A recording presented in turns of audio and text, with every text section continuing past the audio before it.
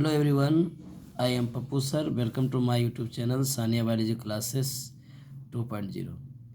आज हम जो है चैप्टर 16 का जो रिमेनिंग पार्ट है उसको हम करने जा रहे हैं। जैसे कि वायु प्रदूषण के बारे में आपको बताया गया था। वायु प्रदूषण के नियंत्रण ए केस स्टडी ऑफ दिल्ली, यानी दिल्ली के अध्ययन के द्वारा बताया गया था कि दिल्ली किस तरह से वायु प्रदूषण से प्रभावित है। इन सारी बातों को हम कवर किए थे। आज हम बताने वाले हैं आपको, जिसका नाम है जो है कहा जाता है कि 13 यानी कि 13 प्रदूषित 13 सबसे प्रदूषित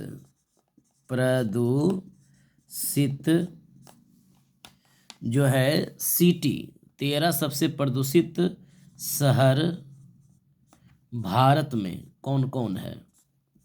यानी कि पूरे दुनिया में अगर पूरा इंडिया में देखा जाए तो सबसे 13 नंबर जो सबसे ज़्यादा प्रदूषित जो है कि शहर है 13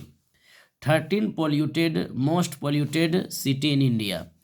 13 most polluted city in India, यानी भारत में 13 सबसे प्रदूषित शहर या प्रभावित शहर जो है कि कौन कौन से वायु प्रदूषण से। जैसे कि दिल्ली, उसके बाद नाम आता है एनसीआर का, दिल्ली एनसीआर है ना। उसके बाद आता है मुंबई का आता है नाम। उसके बाद मुंबई के बाद आता है नाम जो है कोलकाता का। उसके बाद नाम आता है चेन्नई का आता है।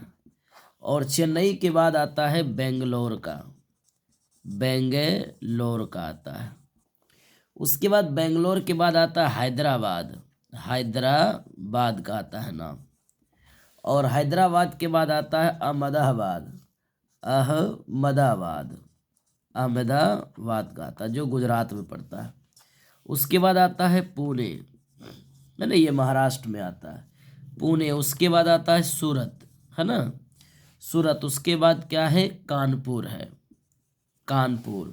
उसके बाद आगरा। उसके बाद है सोलापुर है।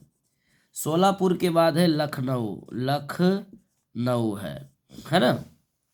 तो टोटल 13 सबसे प्रदूषित शहर भारत में कौन कौन है। एक नंबर में दिल्ली, एनसीआर, मुंबई, कोलकाता, चेन्नई, बेंगलोर, हैदराबाद, अहमदाबाद, पुणे, सूरत, कानपुर, आगरा, सोलापुर और लखनऊ। टोटल क्या है, 13 है। 1 2 3 4 5 6 7 8 9 10 11 12 13। टोटल कितना है, 13 है।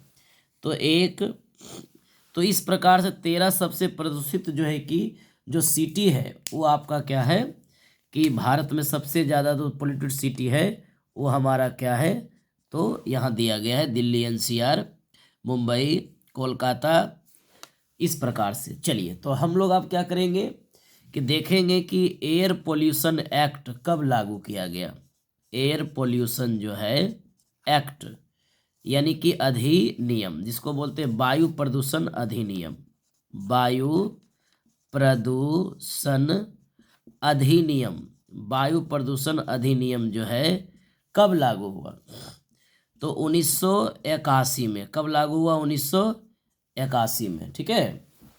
अब कहा जाता है कि एक चीज़ और आपको जानना होगा कि सीएनजी जो होता है, जिसको हम लोग कहते हैं कॉम्प्रेस्ड, है ना, नेचुरल गैस इसको कहते हैं, नेचुरल गैस इसको जो है कि कहा जाता है।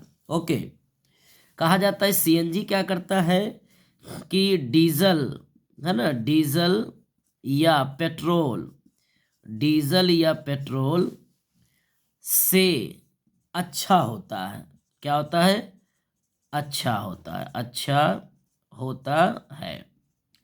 यानी कहने का मतलब ये हुआ कि आप एरो मार के लिखेंगे कि सीएनजी जो होता है वो डीजल या पेट्रोल से बिल्कुल क्या होता है, बिल्कुल अच्छा माना जाता है। डीजल या पेट्रोल से बहुत ही ज़्यादा बेटर माना जाता है, ठीक है। तो इस प्रकार से इसको कवर करने का काम करेंगे, ठीक है। एक कॉपी डाउन करेंगे कि वायु प्रदूषण अधिनियम कब लागू हुआ? 1981 में, जिसके तहत ये बताया जाता है कि वायु प्रदूषण को कैसे नियंत्रित करना, कैसे कथी किया जाता है। इसके तहत, इस नियम के अधिनियम के तहत की जाती है।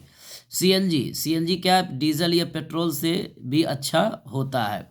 13 सबसे प्रदूषित शहर भारत में कौन कौन है, वो सब आपका लिखा हुआ है। ठीक है, चलिए तो इसको हम क्या करते हैं, हटाते हैं। सबको कॉपी डाउन कर लीजिएगा बढ़िया से। अब नेक्स्ट हम लोग देखते हैं जिसका नाम होगा कि कैटालाइटिक कन्वर्टर का जो है डायग्राम आप बना लीजिएगा।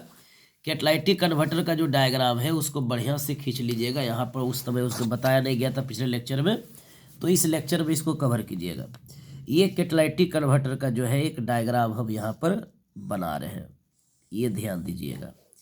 ये कैटालाइटिक जो है कन्वर्टर का डायग्राम, जो सभी मोटर वाहन में लगे होते हैं। मोटर वाहन, जितने भी मोटर वाहन होते हैं उन सभी में लगे होते हैं। काफ़ी महंगा महंगा धातु से बना रहता है। पैलेडियम होता है उसमें, है ना, आप लोग देखे होंगे। पैलेडियम रहता है, रोडियम रहता है, ये सभी कैटालाइटिक कन्वर्टर में लगे होते हैं। तो कैटालाइटिक कन्वर्टर का जो बनावट है वो कैसा होता है, किसी भी बाइक में, किसी भी मोटर व्हीकल्स में लगा रहता है, वो कैसा दिखता है, इन सारी बातों को हम कवर करने का काम यहाँ पर करेंगे। ठीक है, ओके। तो कैटालाइटिक कन्वर्टर एक्चुअली क्या है उसको हम लोग देखने का काम यहाँ पर करेंगे बहुत ही ज़्यादा। ठीक है, इस तरह से देखने का काम करेंगे। ये कैटालाइटिक कन्वर्टर का डायग्राम हम आपको बनाने जा रहे हैं। ये कैटालाइटिक आपका जो है कन्वर्टर का ये पूरा क्या है, चित्र है। ये कैटालाइटिक कन्वर्टर का चित्र है। ठीक है ना, ये इस तरह से कैटालाइटिक कन्वर्टर का चित्र बना हुआ है। अब कहा जाता है कैटालाइटिक कन्वर्टर जो डायग्राम आपका बना हुआ है वो इस तरह से दिखाई देता है। वो क्या करता है, इस तरह से जो है कि दिखाई देता है कैटालाइटिक कन्वर्टर का डायग्राम। वो इस तरह से जो है कि दिखाई दे रहा है कैटालाइटिक कन्वर्टर का डायग्राम, यहाँ पर देखिएगा। ठीक है, ओके। अब कहा जाता है कि इसमें कुछ लाइनें होती है, जो लाइन आपको क्या करना है, फुलफिल करना है। यहाँ से इस तरह से ये लाइनें जो होती है ये पूरा जो है कि रंगा हुआ रहता है, ये पूरा जो है कि कवर रहता है। इस तरह से कवरिंग पार्ट होता है, एकदम ध्यान से बनाना है, कहीं कोई दिक्कत नहीं। कैटालाइटिक कन्वर्टर का शॉर्ट नोट जब पूछा जाए तो इस प्रकार से उसका डिफिनेशन और इस तरह से डायग्राम को भी फॉलो करेंगे, क्योंकि डायग्राम फॉलो होगा तभी जा कर के आपके नंबर जो है कि कवर हो पाएंगे। ठीक है, इस प्रकार से ये बन चुका है। ये आपका जो है कैटालाइटिक कन्वर्टर का डायग्राम कंप्लीट हो गया है। ये कैटालाइटिक कन्वर्टर है। ठीक है, ये है कैटालाइटिक कन्वर्टर। ओके, और इस प्रकार से ये क्या करता है, यहाँ पर ये बंद हो जाता है। ये क्या करता है, बंद हो जाता है। इस प्रकार से ये क्या होते हैं, क्लोज होते हैं। ठीक है, ध्यान दीजिएगा। अब यहाँ पर भी जो लाइनें हैं, यहाँ से ये भी लाइनें पूरी तरह से कवर होता है। ये भी लाइनें यहाँ से यहाँ तक पूरा क्या करता है, कवर पार्ट होता है। इसको भी हम क्या करते हैं, कवर कर लेते हैं। ठीक है, ये भी आपका जो है कि कवरिंग पार्ट है, इसको भी हम क्या करते हैं, यहाँ से यहाँ तक के कवर कर लेते हैं। कवर करने के बाद ये जो लाइनें हैं इस तरह से यहाँ पर भी स्ट्राइप होता है। ठीक है, तो इधर से क्या करता है, इधर से क्या करता है, एंट्री होता है। एग्जस्ट फ्रॉम इंजन, जो इंजन होते हैं उससे जो निकलता है, एग्जस्ट फ्रॉम इंजन, जो इंजन होता है मोटर वाहन का, जो इंजन होता है उससे जो अपशिष्ट पदार्थ निकलते हैं, एग्जस्ट बने होता है अपशिष्ट पदार्थ, अपशिष्ट पदार्थ जो निकलते हैं इंजन से वो इसके अंदर जाता है। जाने के बाद क्या होता है, यहीं पर क्या है, कैटलिस्ट लगा हुआ है। ये पूरी तरह से कैटलिस्ट लगा हुआ है। यहीं पर रोडियम है, पैलेडियम है, ये सारे लगे हुए। ये पूरी तरह से कैटलिस्ट है, रोडियम है, पैलेडियम है, इस तरह से यहाँ पर लगा हुआ। तो ये जो पोर्शन है इसको कहते हैं हम लोग कैटालिस्ट बोलते हैं। ये है कैटलिस्ट, कैटलिस्ट हो गया। ओके, ये क्या है आपका, कैटलिस्ट हो गया। अब कहता है कि यहाँ से जो गुजरता है अशुद्ध पदार्थ, जो मोटर वाहन से निकलता है शुद्ध हवा जो इसमें से गुजरता है, तो ये क्या करता है, प्यूरिफाई कर देता है, पूरा शुद्ध कर देता है। क्या करता है, प्यूरिफायर एग्जस्ट, ये क्या करता है कि प्यूरिफाई कर देता है ना। और जो बाइक से जो निकलता है प्रदूषित हवा, वो प्रदूषित ले रहता है, स्वच्छ होता है। यानी कि बाइक में ये लगे होते हैं, मोटर में लगे होते हैं, है ना, फैक्ट्री वगैरह में लगे होते हैं, ये सभी जगह लगे होते हैं। वो क्या ये करता क्या है, जो प्रदूषित हवा है, तो उस हवा में जिसके कारण वो प्रदूषित हुआ है उसको ये क्या करेगा, बाहर करेगा। इसका प्रोसेस इस तरह से बाहर करने का रहता है, ठीक है। तो ये कैटलिस्ट का, कैटलिटिक कन्वर्टर का डायग्राम हो गया। तो आप इस तरह से बना लेंगे, showing catalytic converter, catalytic converter. ये कहाँ आपको बताए थे, वायु प्रदूषण के जो नियंत्रण है टॉपिक, वहाँ पर बताया गया, तो वहीं पर इस डायग्राम को जोड़ देना है, ठीक है। तो इस प्रकार से आपको बनाने का काम करना है। इधर से जो इंजन से निकलेगा प्रदूषित हवा, वो क्या करेगा, इसके अंदर में जिसके कारण हवा प्रदूषित हो रहा है उस प्रदूषण को छान लेगा और शुद्ध हवा को बाहर जाने देगा। और ये क्या है, तो यहीं पर छानाता है, इसी को कहते हैं कैटेलिस्ट कहते हैं, सेपरेट कर देता है, ठीक है। चलिए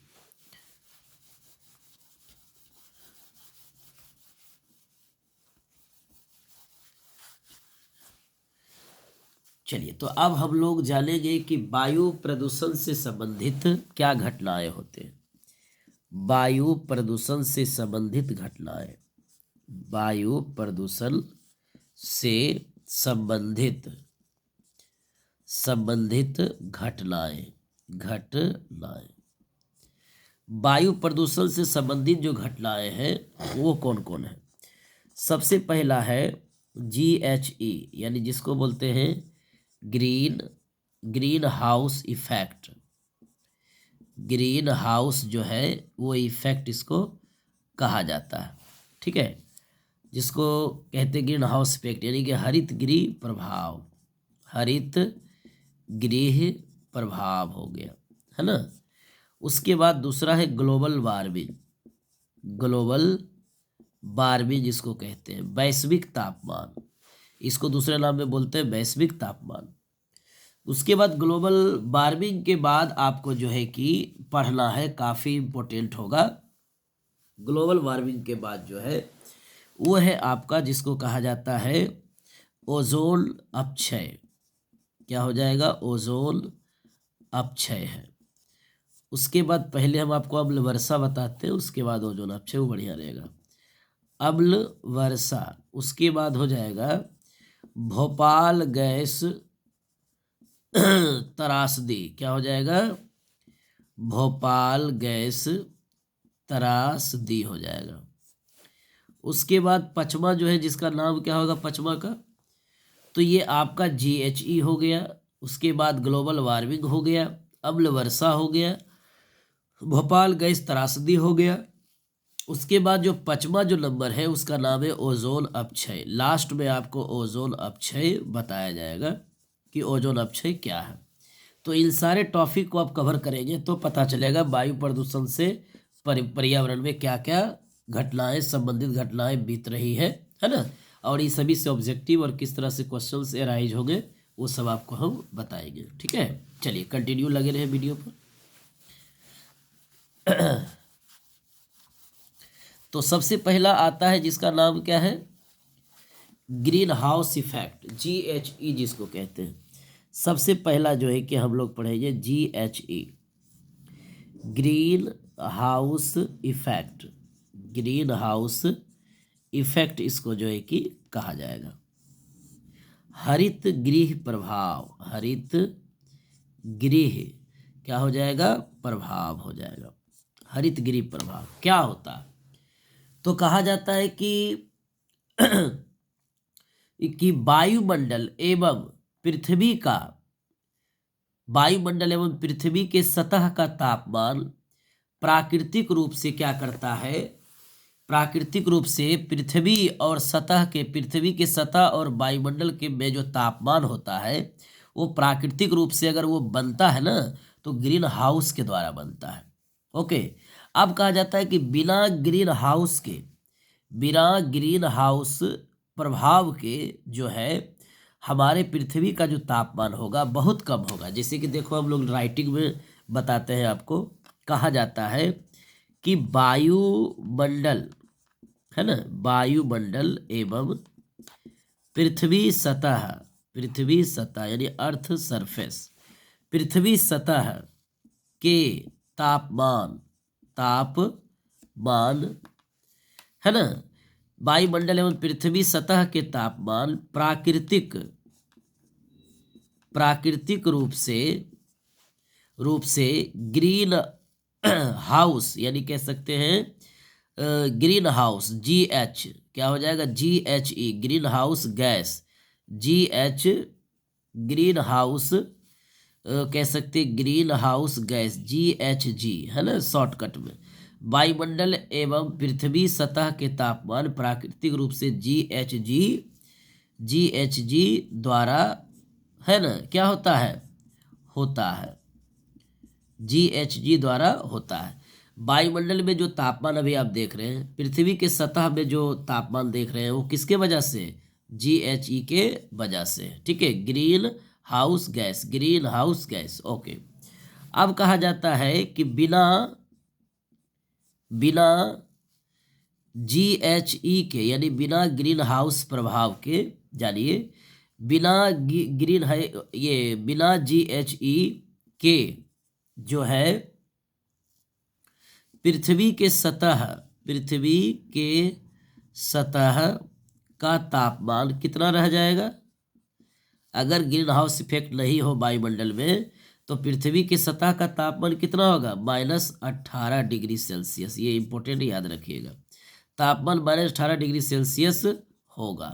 ओके, अब कहा जाता है कि वर्तमान में अभी कितना है, वर्तमान में जो है क्या है 18 है। वर्तमान में क्या था, वर्तमान में कितना है 15 डिग्री सेल्सियस। यहाँ पर ये माइनस में है सर और ये प्लस में, वर्तमान में 15 डिग्री सेल्सियस है।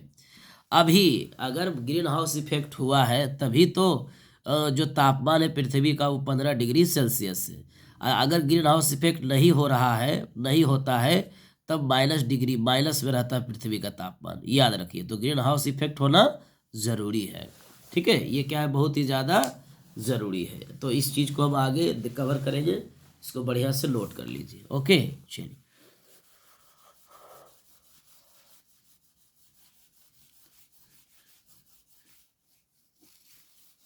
देखिए, अब कहा जाता है कुछ डायग्राम, एक एग्जाम्पल देते हैं समझने के लिए।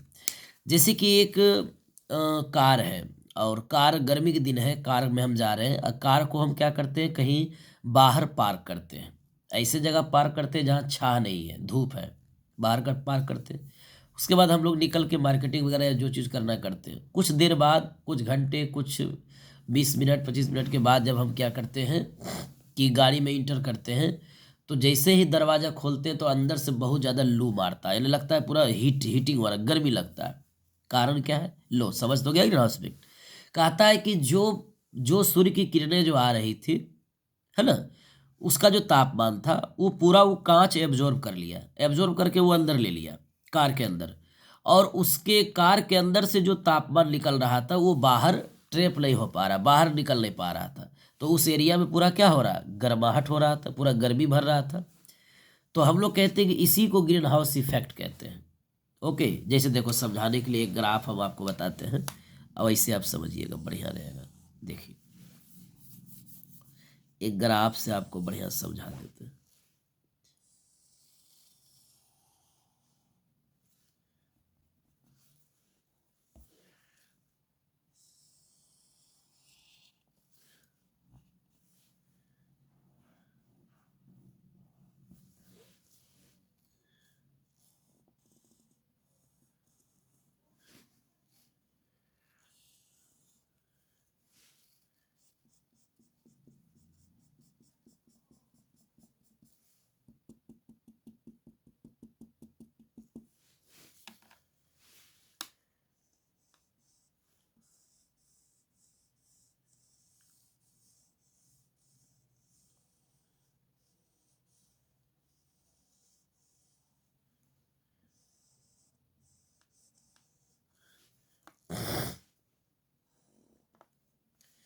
यहाँ देखिए ये क्या है, सन है,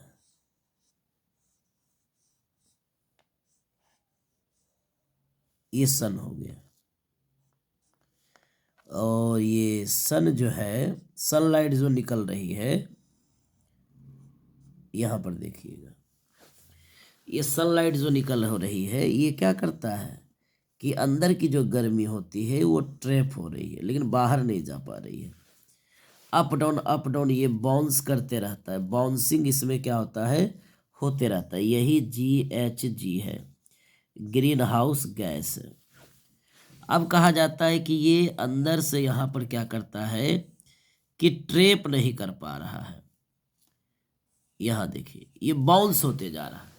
पृथ्वी का जो तापमान है वो परावैंगनिक किरणें, सन से आने वाली जो किरणें हैं, लाइट है, वो बार बार ये पृथ्वी का सतह एटमॉस्फेयर है ना, और ये क्या कर रहा है, सनलाइट से निकलता है जो किरणें, वो जो जब आती है तो पृथ्वी उसको एब्जॉर्ब कर रही है, लेकिन वो अंदर से छोड़ नहीं रहे, बाहर उसको एब्जॉर्ब कर रही है, और ये चलते जा रहा है, ये क्रिया बाउंसिंग होते जा रहा है।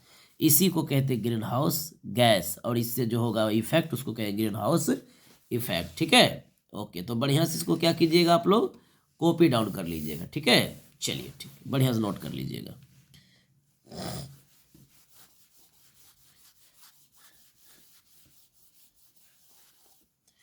अब कहा जाता है कि इंफ्रारेड यानी कि कहते हैं अवरक्त प्रकाश। यहाँ ध्यान दीजिएगा, कहा जाता है कि उच्च तापमान, जो उच्च तापमान होते हैं, है ना, उच्च तापमान पृथ्वी का जो उच्च तापमान पृथ्वी का होता है, किसके कारण, CO2 के कारण। उच्च तापमान पृथ्वी का किस कारण होता है, CO2 के कारण। अब कहा जाता है कि पृथ्वी का जो लो टेम्परेचर होता है, पृथ्वी का जो कम तापमान होता है, उसको हम लोग क्या बोलते हैं, एक इम्पोर्टेंट पॉइंट है, अल्बिडो वैल्यू।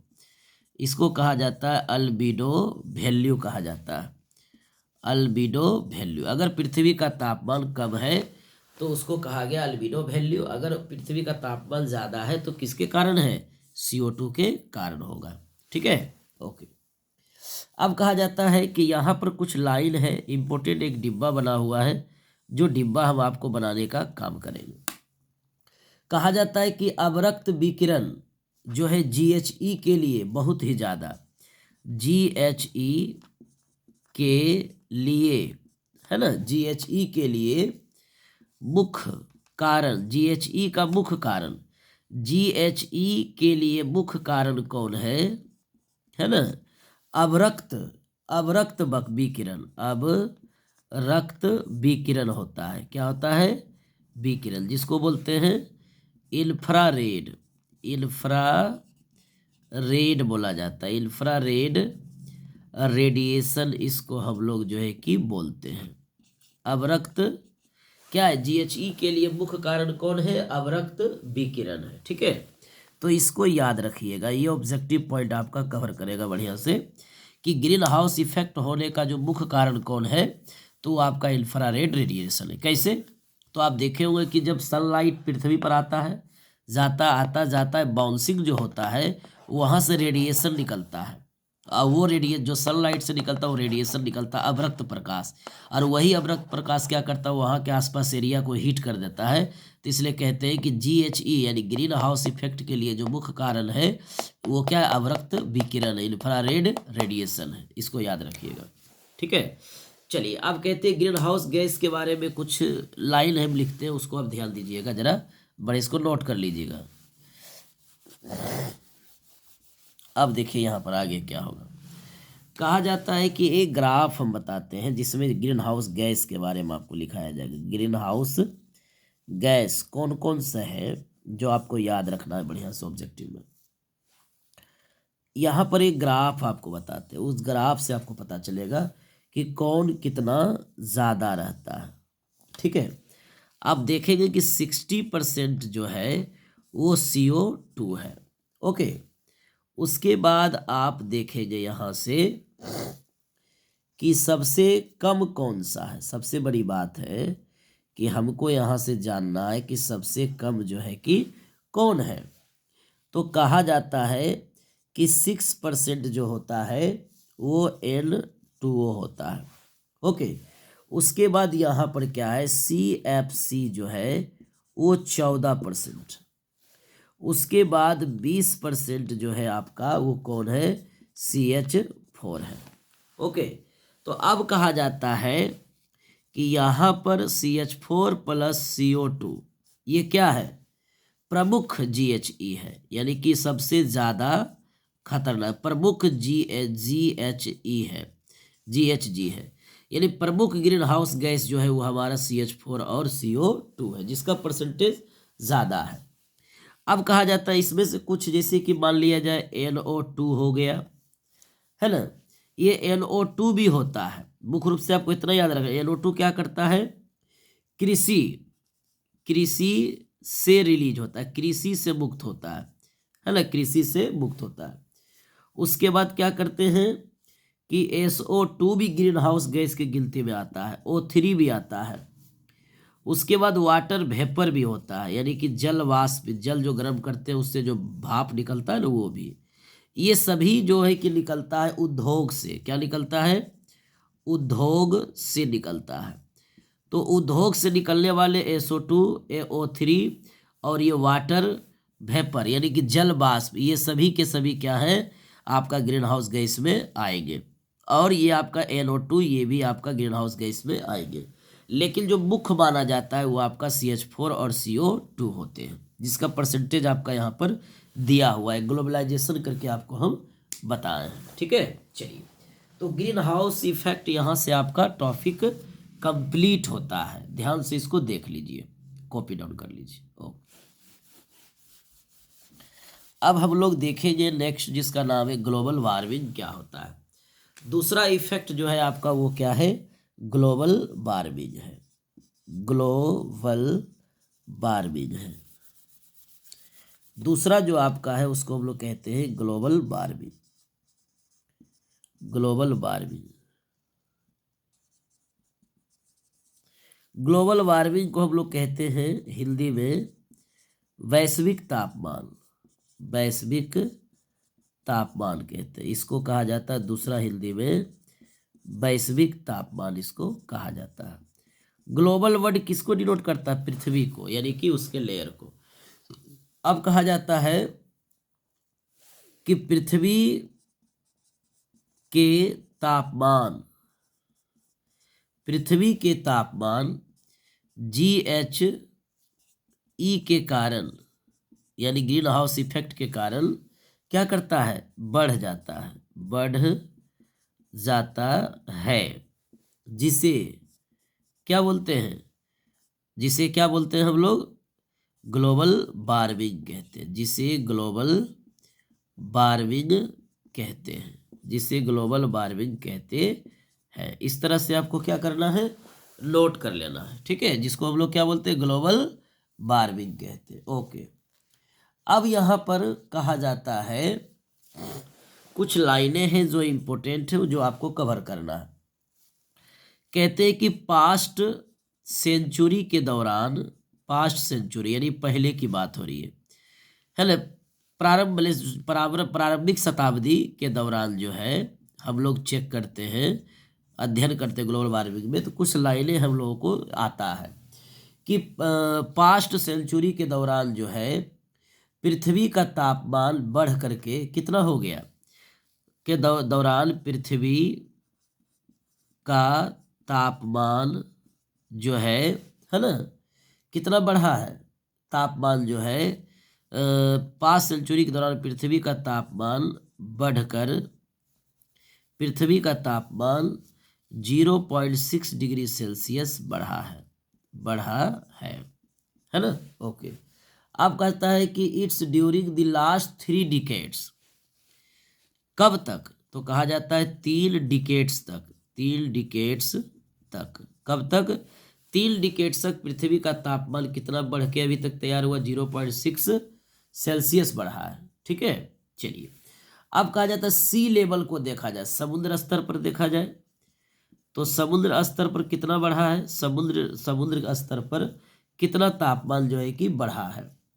तो 1 से 2 जो mm जो है पर ईयर, 1 से 2 mm पर ईयर जो है कि वहाँ पर बढ़ा है। कब कब तक, 20 यानी कि कितना, 20वीं शताब्दी दौरान, 20वीं शताब्दी के दौरान जो है कितना बढ़ा है आपका बाबू, तो 1 से 2 mm पर ईयर समुद्र स्तर पर जो है कि तापमान बढ़ा है। ठीक है, ओके। चलिए, तो आगे हम लोग डिस्कस करते हैं। ये सभी ग्लोबल वार्मिंग से रिलेटेड पॉइंट है जो आपको कवर करते चले जाना है, कहीं पर भी कुछ छोड़ना नहीं है। अब कहा जाता है ग्लोबल मीन्स टेम्परेचर, कहा जाता है कि ग्लोबल जो होता है, ग्लोबल तापमान को अगर देखा जाए, ग्लोबल मीन तापमान, ग्लोबल मीन तापमान जो होता है अगर उसको देखा जाए तो 0.6 डिग्रीज जो है कि टेम्परेचर है। कब, तो 20वीं शताब्दी यानी 20वीं शताब्दी तक हम लोग देखेंगे कि पृथ्वी का तापमान अगर बढ़ा है तो कितना हुआ है, तो 0.6 डिग्री सेल्सियस। ठीक है, चलिए अब कहा जाता है कुछ लाइनें और है कि कहा जाता है कि वायुमंडल में, जैसे कि हम लोग देखते हैं कि वायुमंडल में CO2 का स्तर क्या है, CO2 का स्तर वायुमंडल में क्या है, वो बढ़ रहा है। क्या कर रहा है, बढ़ रहा है। अब ये बढ़ने के दौरान क्या करता है कि 280 ppm है ना, या फिर 368 ppm अगर देखा जाए बढ़ रहा है, तो ये कब तक बढ़ा है, किस साल के बीच बढ़ा, 1956 से लेकर के 2002 तक देखा जाए तो कितना जो है कि ppm हमारा बढ़ा है CO2, तो वो बढ़ा है आपका 280 ppm से 368 ppm के बीच बढ़ा है। 1956 से लेकर 2002 के बीच में वायुमंडल में CO2 का स्तर जो है ये रहा, ये इसका वैल्यू है, ये आपको याद रखना है। ठीक है, ओके। चलिए नेक्स्ट पॉइंट हम लोग कवर करते हैं।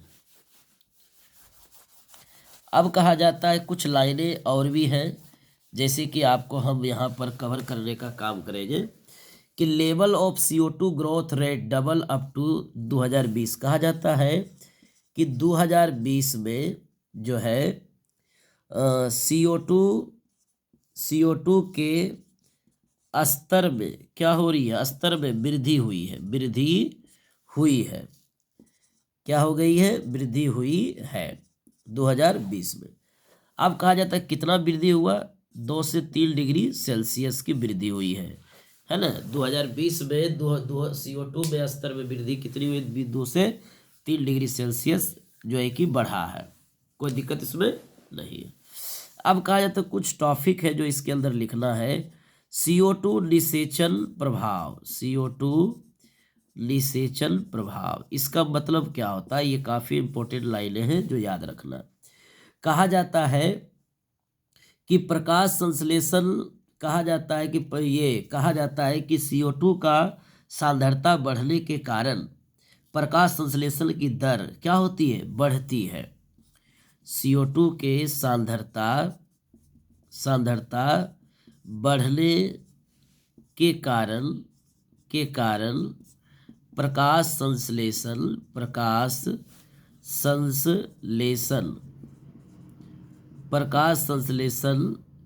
की दर बढ़ती है। क्या होती है, बढ़ती है। तो इसी अब बढ़ती है, उसके बाद हम लोग कुछ लाइनें यहाँ पर नोट करेंगे। अब कहा जाता है कि पौधे द्वारा CO2 की सांद्रता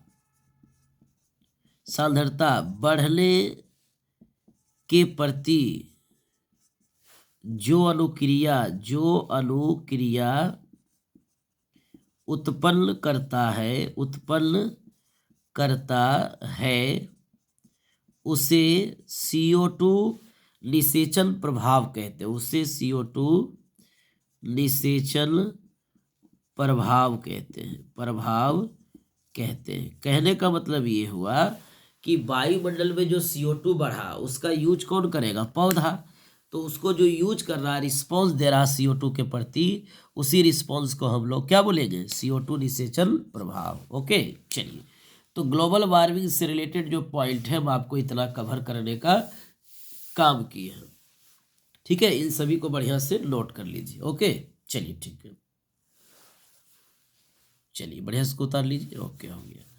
अब हम लोग देखते हैं कि वायु, ये ग्लोबल वार्मिंग के क्या प्रभाव है, उसके बाद फिर इसका नियंत्रण देखेंगे, है ना। ग्लोबल वार्मिंग के क्या प्रभाव पड़ रहे हैं? कहते हैं ग्लोबल वार्मिंग के जो प्रभाव है वो काफ़ी भयानक है।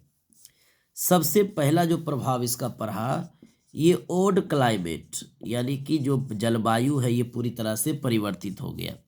ओड क्लाइमेट चेंजेस क्या होता है ये?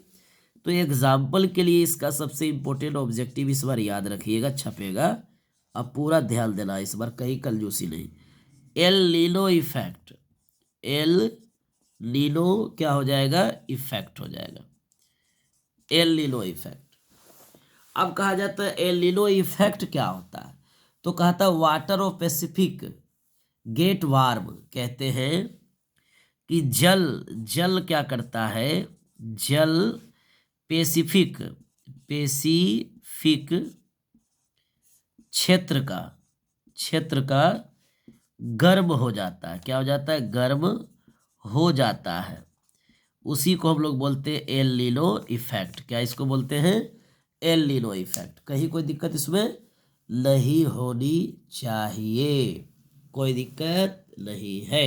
चलिए, अब कहा जाता है कि एक होता है आपका जो है कि दूसरा, जिसको हम लोग कहते हैं ला नीनो इफेक्ट। ला नीनो इफेक्ट होता है। इसमें क्या होता है ला नीनो इफेक्ट में?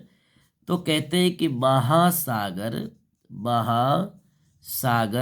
का जल ठंडा हो जाता है, ठंडा हो जाता है, वहाँ गर्म हो जाता है, ये क्या हो गया? ठंडा। इसको बोलेंगे ला नीनो इफेक्ट, इसको बोलेंगे एल नीनो इफेक्ट। कोई दिक्कत इसमें नहीं है। अब कहा जाता है कि फ्लड, सूखा, मानसून, डैमेज इंडिया। कहा जाता है ये सभी क्या करता है कि इसके कारण से बहुत ज़्यादा परिवर्तन पर्यावरण को होती है। तो ये क्लाइमेट चेंजेस का मतलब यही हुआ कि आपका जो है बाढ़ आ सकता है, सूखा हो सकता है, मानसून आ सकती है, ये सभी चीज़ों को कवर करने का काम किया। तो पहला प्रभाव लिखे ओड क्लाइमेट चेंज, यानी जलवायु परिवर्तन। अब जो है कि दूसरा है आपका क्या चीज़? हिमालयन स्नो कैप्स क्या हो गया? पिघल चुका है। अब यहाँ ध्यान दीजिएगा बढ़िया से। दूसरा प्रभाव क्या है? दूसरा इसका हम लोग प्रभाव देखते हैं, वो क्या होगा कि हिमालय, जिसको हम लोग बोलते हैं हिमालय, जो है snow snow caps, snow caps जो है हिम टॉप, इसको क्या बोलेंगे? हिम टॉप इसको बोलेंगे, हिम टॉप। तो हिम टॉप क्या हो गया? मेल्टिंग करेगा, पिघलेगा। क्या होगा? ग्लोबल वार्मिंग के दौरान क्या करेगा? पिघल जाएगा। मेल्टिंग ऑफ पोलर, ध्रुवीय क्षेत्र का क्या होगा? पिघलना। जब ये ध्रुवीय क्षेत्र पिघल जाएगा तो पिघलने के बाद जो हमारा आइस कैप है ये पूरी तरह से प्रभावित होगा। तो स्नो कैप्स यानी स्नो आई कैप क्या हो रहा? पिघल चुका है। जो बर्फ का बड़ा बड़ा पिलर है जिसे आप देखेंगे उत्तराखंड में अभी बहुत सारा, लेकिन जब गर्मी पड़ेगी तो देखिएगा कि जब टेम्परेचर पृथ्वी का ज़्यादा बढ़ेगा तो आपका हिमालय ये क्षेत्र में जितने भी बर्फीला जगह है वो सभी क्या होगा? पिघल जाएगा। मेल्टिंग मैंने होता है पिघलना, वो पूरी तरह से गल जाएगा, गलनांक को दर्शाएगा। ठीक है, चलिए, तो प्रभाव क्या क्या है वो आप देख लिए। इसमें से पहला प्रभाव को याद करने वाली चीज़ है, उसको याद कर लीजिएगा। ठीक है, अब कहा जाता है how can we get control global warming. यहाँ क्वेश्चन पूछा जाता है कि how can be control global warming. ये टॉपिक को क्वेश्चंस बना करके पूछा गया है आपके सिलेबस में। क्वेश्चन है कि हम, कहा जाता है कि कैसे कैसे ग्लोबल वार्मिंग को नियंत्रित करेंगे करेंगे। ये क्वेश्चन है। तो इसका आंसर हम लोग बढ़िया से दे सकते हैं कि बहुत सारे विधि है जिसको अपना के ग्लोबल वार्मिंग को रोका जा सकता है, पृथ्वी के तापमान को ज़्यादा बढ़ने से रोका जाता है। हम जानते हैं कि without green house effect life does not exist on earth. वाकई में बात सही है कि पृथ्वी पर जीवन संभव नहीं है किसके बिना, ग्रीन हाउस इफेक्ट के बिना। लेकिन अगर बहुत ज़्यादा उसकी मात्रा बढ़ जाए ग्रीन हाउस गैस का, तो कह सकते हैं कि वो एक पृथ्वी का तापमान ज़्यादा कर देगा, उसी को तो ग्लोबल वार्मिंग कहते हैं। अब कहा जाता है कि सबसे पहला चीज क्या होगा कि जीवाश्म ईंधन, जिस जीवाश्म ईंधन को क्या करना होगा, जीवाश्म ईंधन को जलने से रोकना, यानी इसको आपको नहीं जलाना है। दूसरा पॉइंट क्या है, कहा जाता है वृक्ष कटाई को रोककर, वृक्ष कटाई को रोक कर। उसके बाद तीसरा आपको क्या करना है, तीसरा क्या करना है कि वृक्ष लगाकर ज़्यादा से ज़्यादा वृक्ष लगाएं, तो आपका क्या होगा कि ग्लोबल वार्मिंग होने से बचेगा, पृथ्वी का तापमान बढ़ेगा नहीं। अब कहा जाता है कि जो मानव जनसंख्या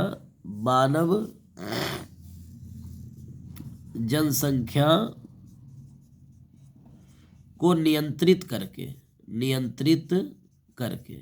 अगर मनुष्य की जनसंख्या हम नियंत्रित नहीं करेंगे तो उसके शरीर से भी हीटिंग यूज होगा, यूज वाला सामान जितना बढ़ेगा वो ज़्यादा पूरी तरह से प्रभावित करेगा उसको। ठीक है, तो ये सारे चीज़ों को आप कवर कर लेंगे तब जाके ग्लोबल वार्मिंग से आपको निदान मिल सकेगा। ठीक है, चलिए तो आज के लेक्चर में इतना ही। तो कल हम डिस्कस करेंगे भोपाल गैस त्रासदी नेक्स्ट वीडियो में, और अम्ल वर्षा क्या होती है, ओजोन अपक्षय कैसे होता है, अंटार्कटिका पर ओजोन छिद्र कैसे बनता है, उसके क्या हानिकारक प्रभाव है, मॉन्ट्रियल प्रोटोकॉल क्या है, क्योटो प्रोटोकॉल क्या है, इन सारी चीज़ों पर हम विशेष डिस्कस करेंगे।